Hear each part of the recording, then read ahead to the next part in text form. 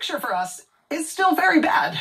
I mean, the story overall of coronavirus in the world now remains the massive size of America's epidemic, the national level federal failure of the U.S. to handle this responsibly, and the way it has therefore run away with us as a country.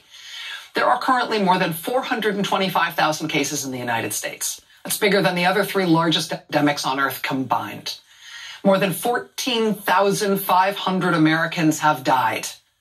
1,916 of them have died in the last day, which means one American is dying on average every 45 seconds from coronavirus. And still, it's this patchwork response. Still, there are U.S. states that don't think it's a big deal and haven't had any national instruction to take it any more seriously, so they're not. The Arkansas governor, Asa Hutchinson, now insisting that not only will there be no statewide stay-at-home order in Arkansas, he is overtly blocking any county or city in Arkansas from initiating their own measures to slow the virus. He is stopping them from doing so if they want to. In Arkansas, they've already hit about 1,000 cases. They're already about to hit 1,000 cases. Maybe they just want to see how high they can go. In Iowa, they're already over 1,000 cases, over 20% of whom are health workers. The Iowa Medical Board begging Governor Kim Reynolds for a statewide stay-at-home order. But Iowa's governor is refusing that too because, okay, sure, why not? In Kansas, the Democratic governor there, Laura Kelly, did institute a statewide stay-at-home order and a ban on large gatherings. Today, Republicans in the Kansas state legislature overturned the ban on large gatherings. Apparently because they want Kansans gathering together in large numbers right now. I mean, Republicans in every state don't have their heads screwed on the same way about this. You're seeing that in Kansas. You're seeing stuff like what we've seen from the Republican governors in Iowa and Arkansas. I get it. But for example, Maryland's Republican governor, Larry Hogan, is going the opposite direction. Today, he, for example, formed a multi-agency strike force to try to help out the dozens of nursing homes and long-term care facilities in Maryland that have coronavirus cases already.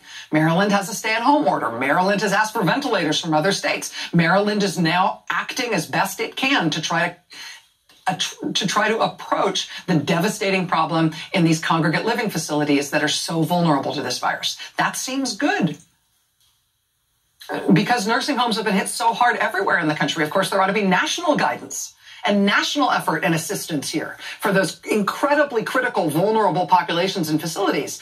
But this federal government doesn't do that. The Trump administration doesn't do things like that. I mean, there also ought to be a national testing plan, but this administration doesn't do that either. The Washington Post today with a devastating report on how every state is still just doing for themselves when it comes to testing. Even now, even 3 months into this thing. There ought to be national guidance on how to limit the spread of the virus through stay-at-home policies and social distancing. But states are still making that up as they go too, with no federal direction, including some states just deciding to not do it at all because the White House hasn't told them they should. But here's what all that looks like in the end for us. I just have one more thing to show you here. Here's what this looks like. This animated graphic I'm about to show you was produced by the BBC. And they are using data here from Johns Hopkins University. And what you're going to see here is a graphic that shows the progression of how the coronavirus pandemic spread throughout the world. This thing is only about 40 seconds. It is worth watching the whole thing. I particularly want you to watch when the part at the bottom of your screen, the part that shows the time frame that we're in, I want you to particularly watch when it gets to the very beginning of March. Okay? All right, let's start it. So as you can see, by late January, China was dealing with an explosive outbreak. But even as that country started to grapple with tens of thousands of cases, the rest of the world remained largely unscathed. By late February, however, there's South Korea, there's Italy, there's Iran, all reporting thousands of cases. And now here, watch what happens at the beginning of March. Look at the speed at which the U.S. epidemic starts to take off. By the end of March, we have surpassed everyone. And from that point on, cases in the U.S. continue to grow with astonishing speed by the thousands and then by the tens of thousands, and nobody is even close. That is the proof in the pudding.